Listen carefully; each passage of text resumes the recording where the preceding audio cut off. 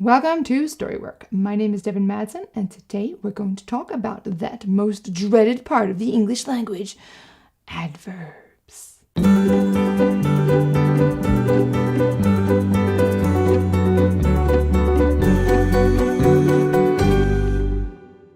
So what is an adverb? Well, just as an adjective describes a noun, an adverb describes a verb, or an adjective, or another adverb. They're busy little bees. Mostly you find them by looking for words ending in ly, such as quietly, angrily, happily, seriously, quickly, gently, and jerkily. But there are tons of the buggers. And in most cases, they're just lazy descriptors. Time and time again, I've seen adverbs show up as a complete no-no on lists of writing rules. So you know me by now. I don't like writing rules. So instead of forbidding them, why don't we take a look at why they so often end up on the no-no list? And the magic number today is 3.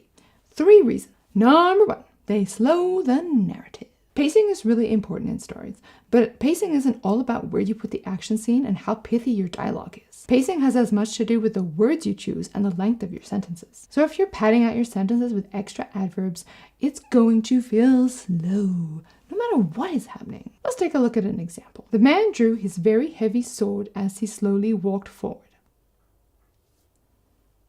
There's 2 adverbs in this sentence, very and slowly. Let's get rid of them. The man drew his weighty blade as he crept forward. Here we've exchanged very heavy for weighty and slowly walked for crept. Although in this situation, unless it's really important for your readers to know that the blade is heavy, I get rid of that altogether, which leaves us with the man drew his sword as he crept forward. Better?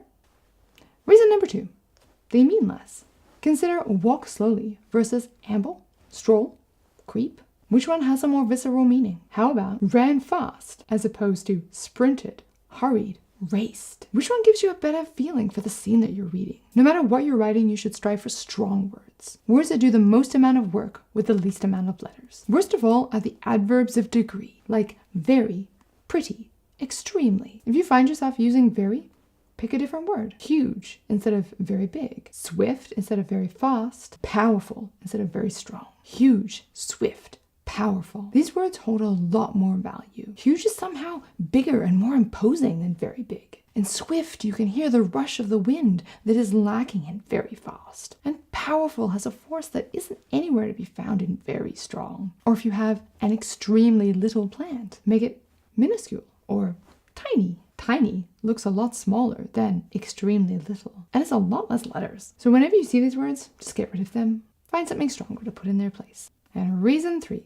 They are redundant. Just like in our earlier discussion on dialogue attribution, some adverbs are an entirely redundant waste of space. Check out the dialogue attribution discussion to see how dialogue itself often makes adverbular totes a word. Dialogue tags redundant, and they can be just as redundant in the bulk of your prose, and just as sneaky. So we've talked about why not to write walked slowly.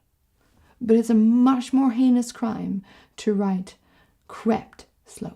How else does one creep? You never need to whisper quietly or run quickly. In fact, the only time that an adverb would be useful in this situation is if the opposite of the expected is happening. Is your character whispering loudly? Quiet, Charles whispered, loud enough that his voice carried to the far end of the room. This not only tells us that he said quiet, but it also tells us something really important about his character. He's one of those loud, confident people who can't whisper for love or money. So can I ever use adverbs? Well, yes. Adverbs have a place, but like so many other things, the more you use them, the weaker they become. So each and every one of them needs to be carefully considered. Carefully is an adverb here, and I deem it to be adding weight to the previous sentence. So keep those adverbs that you deem truly necessary, those that add, not subtract. But remember that while you use them, you should use them sparingly. Sparingly here is an adverb. The best example of how useful adverbs are is in the famous Star Trek line. Consider, to boldly go where no man has gone before.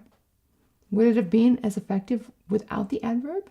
To go where no man has gone before. And this is why I don't like writing rules. You should always aim for strong prose, but trust your instincts. And that's it for today. If you're interested in the longer discussion about adverbs, then click the link in the description below and check it out on my website. And join me next week when I'm going to talk about the 3 things no story can do without. And I hope you're not dreading your adverbs quite so much anymore. It's flashing at me again. Adverbular. Okay, flashy. Beep, beep, beep, beep, beep, beep, beep, beep, beep, beep.